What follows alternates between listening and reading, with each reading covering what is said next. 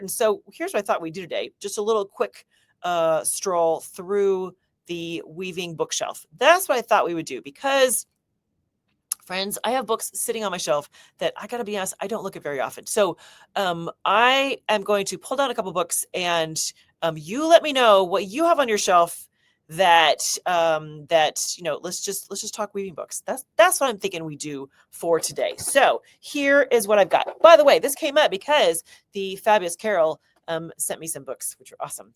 And as I was putting them up on the shelf, I thought, I have books up here that I just don't look at ever. And we should discuss. So let me see. I'm going to tilt you up a little bit because we're aiming for that shelf right there. I've got other, there's stuff in there too, but mostly it's this one that I pull from. Okay, so the ones that I always, this is going to be hard. It's going to be hard to do with the camera, isn't it? Okay, so let me see if can I just shift you guys over here? Hold, please. No one gets seasick. Let me see if I can, this is probably a horrible angle for anyone who's on camera. Okay, so here's what I'm thinking. I've got, of course, my Anne Dixon. This is my favorite book of all time. I was just talking to somebody about this. Friends, if you're starting out and if you have a 4-shaft loom, this is the book. This is the one to start with. You can absolutely go expand from there, but this is my favorite. So I have, of course, 2 copies of that because one simply wasn't enough. We talk about Marguerite Porter Davison. If you can get your hands on one of these, it is a fabulous book. I think what's cool about Marguerite's book, though, is that she gives you a really lovely kind of little bit of history and explanation at the beginning of each section. Look at this guy. She's got a whole, it requires reading, but it's, I like how she breaks it down. And she put a lot in here. So if you're looking for quantity, a lot of stuff, there's some good stuff in here. Absolutely. Now, I know that the books are out of print and can be kind of expensive to find, but keep your eyes open if you can get a good deal. And I know there's an orange copy of the book. Why not? If it's as long as it's related to this one. Yeah. Okay, so my Mary E. Black book is in the other room, I realize, but that's the other book that I use for all kinds of reference stuff. Mary E. Black, The Key to Weaving. And that one's a textbook. This came up just a couple Live at the Looms ago, didn't it? But it's a great textbook, but it does read like a textbook. I find that if I'm getting ready to research a new pattern, say for a weave along or something, I will sit in my chair and I'll pull down each of those 3 books and I'll just be like, okay, let's start with those teachers, Mary Black, Marguerite Porter Davison, and Dixon, those are my little council that I start with. That's where I start the process. Interestingly enough, I'll look online for stuff, but I do it after I look through the books first. That tends to be my process. I know everyone's a little bit different, but I kind of grew up with the books or the Bibles first. So I start there and then I move on from that. So let's check out what else I have on the shelf and we'll discuss. So I've picked up a couple of these kind of really specific ones over the years. I gotta be honest, I don't use them very often. Do you have certain specific topics that you do? But I gotta say, I've been thinking more and more about this kind of differential shrink, kind of collapse weave kind of stuff. So I may have to get back into something along these lines. We'll see. I like this one just because it's kind of short and cute. We at our Weavers Guild meeting in December, they always have a big sale and people will have all kinds of books. So I've just kind of picked up random things over the years. So that's where some of these came from. So let's talk about what else I got. I have a Huck lace. By the way, if you this was all from the was this from the magazine? I am drawing a blank. What they did the collections, right? This is a Madeline Vanderhoot where it's all from the magazine, from Handweavers magazine. Is that right? They would do a whole bunch. Anyways, they have specific topics. This is a Huck lace one. I've got it was a different one. This is Weaving Overshot. Gosh, see, as I'm pulling these out, I'm like, I need to sit down and look at some of these again. So there's an Overshot. I love some Overshot. That's a fun one. I've got Double weave. I've got a double weave book. I have a card weaving book. I did a stint with card weaving, which I know we've got some folks that do kind of inkle weaving, card weaving stuff too. I don't do it much anymore. I don't know that I probably need to keep this, but for a while I was all in it. You can tell I've got notes sprinkled through the book. You can always tell if I've been using it because I leave my little random scraps of paper everywhere. Yeah. I got a tapestry weaving book. I think these are so fun. Some of these like history things. Do you guys have these too? It's like, I mean, not this one specifically, but I think sometimes it's fun just to look at like the history. I've got this guy and I've got, where'd it go? I've got another one over there. It's the golden thread. It's like just fabric, textile, history stuff. And these I tend to like pull down and I'll read a few pages and then I'm done. And then I'll pull it down and read a few more pages.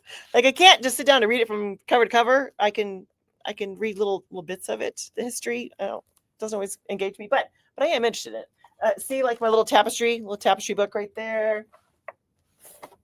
When I was doing shows all the time, I picked up this guy, which I'll be honest, I didn't use too much, but it was very inspiring because I made bags. I did messenger bags and what do I call it? Clutches. That's the word. Clutches and wallets. And but I like the idea of different kinds of bags that you could make. Because yes, please.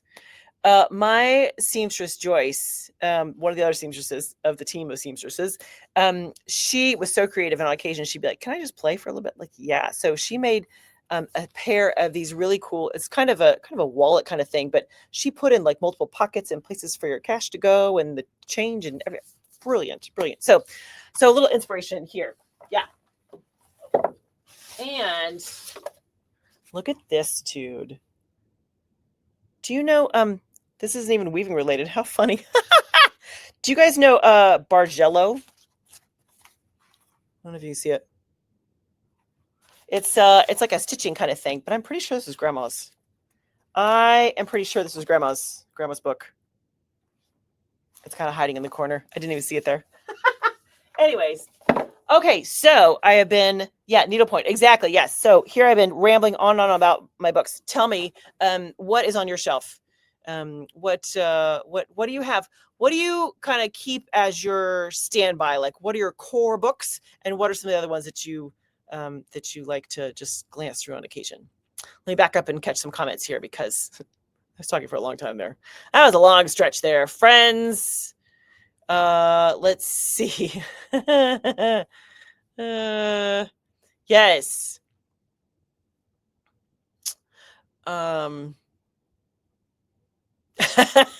Carol says every book in the studio outside of the house library is all about tartans. You know, I have a tartan book, right? Did I show you I've got a tartan book? I think of you every time. See, I've got a tartan book. See, Carol, I can be friends with Carol. I can speak her language. It's actually a really good book too, because it actually has drafts in it, which is amazing. It's got, Carol, do you have this one? Surely you do. Let me see if I can show. Look at this. Look at this. There's drafts in there. See? Brittany says, just take my money now. Yeah, Connie says, I have a shop like yours. I don't look at them much, but I use Davison most. Yep. Okay. Fair enough.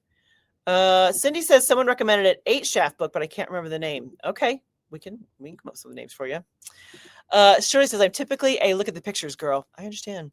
But I've learned that great stuff is in the reading of weaving books. You can find a lot there. That's for sure.